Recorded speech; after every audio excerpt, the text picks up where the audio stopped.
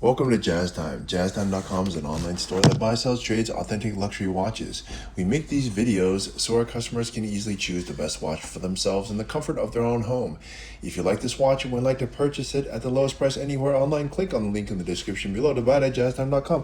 Today, I'll be reviewing the Rolex Datejust 26 reference 179173 in yellow gold and stainless steel with a white diamond dial on a Jubilee bracelet.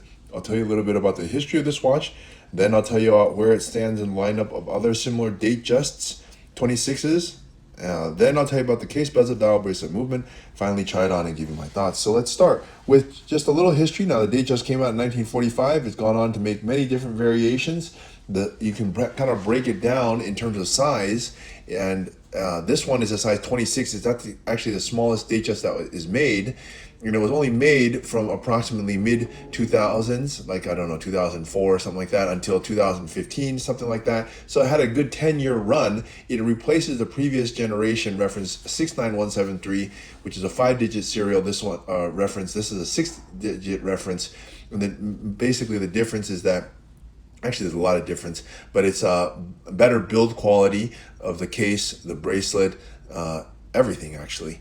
Yeah, but it was still size 26, and during that time, that was the size to have if you wanted a size small. Okay, so fast forward a few years later, in 2015 or so, they Rolex introduced a size 28, and so now it's 2026. All the Datejust, the small sizes are 28 or larger, which is 2 millimeters larger. It's a little bit larger. 2 millimeters is still 10%. It's not nothing, but it's not a whole lot. All right. So we're going to focus on this one. So now you have a little idea about the history. Where does it stand in the lineup? Well, the Datejust 26, they made a lot of different variations of it, hundreds actually. This one happens to be in the configuration you see, but they did other. You can kind of break down the configurations by material. They made it in all steel in gold, all steel in yellow gold, all steel in rose gold, all steel in or rose gold, white gold, everything you can imagine. They made it rose gold, yellow gold, and white gold. So there's literally hundreds of variations. This one is a pretty standard variation here, as you see here. Okay, so that, and then as I said, it was replaced in mid 2000s with a 28 millimeters. So why would you want to buy this watch? Well, either you like the 26 because they're smaller. Maybe you have a really small wrist. I would say if you had a wrist size of, like, let's say 5.5 or so, or smaller, you would want a size 26 or 28. Okay. And also the cost. It's going to be cheaper to buy a 26 millimeter than it is a 28. Older is cheaper. It's more used, and the depreciation has set in more. Okay. With that said, let's start talking about the watch, starting with the case. It's 26 millimeters. The new ones are 28. That's steel case. It's very thin, around 10 millimeters or so. And it still happens to have a time and date, 3 hands, hour, minute, second, and the date, 1/2/31 on the right. This one happens to be a white dial. Kind of looks almost like a Mother of Pearl, but it actually is white. And it has 10 diamonds, so it's a white 10 diamond watch. So also pretty cool. You don't see white diamonds that often, and actually they don't make white diamonds anymore. They do they do Mother of Pearl, but they don't do white with diamonds anymore. So if you want a dial, not a Mother of Pearl, but a white dial with diamonds, you actually have to go to this watch. So this is the only way you can get it now. Okay, that is the dial. Let's look here at the bracelet.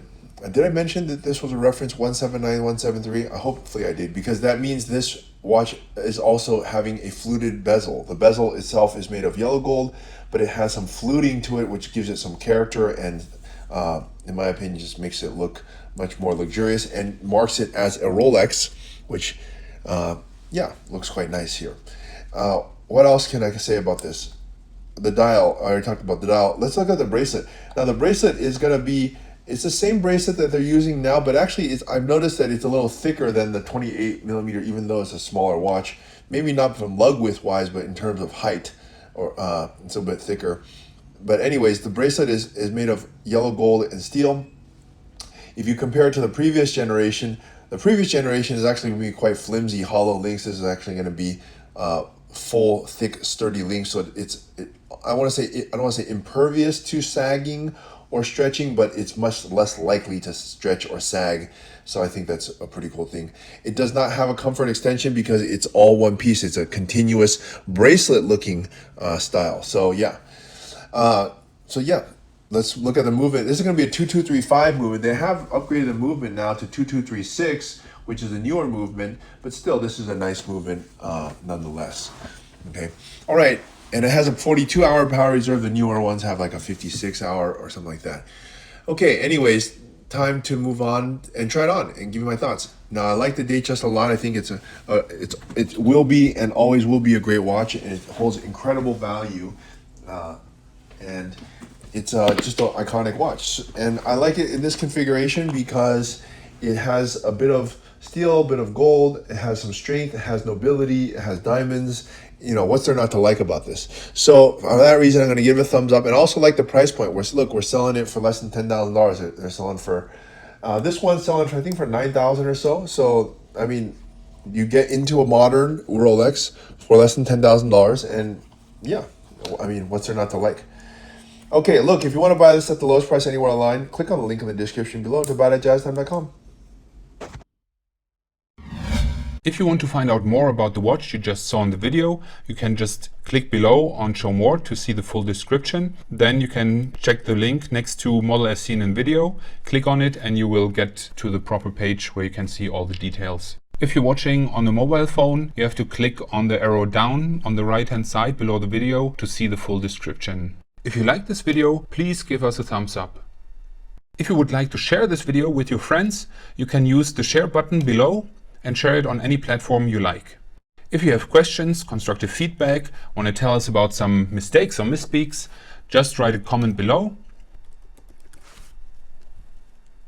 If you want to see more videos like this, you should subscribe to our channel and visit our channel page where you can find all the videos. And if you're interested in a specific watch brand, you can check out our playlists. If you want to check the price for a watch or want to buy one, remember at jazztime.com you always get a steep discount, so you should check the prices with us. If you want to know the price for a specific watch, just go to Google, type in JazzTime, plus the brand, model, and the details you're interested in, and Google will find the right page for you.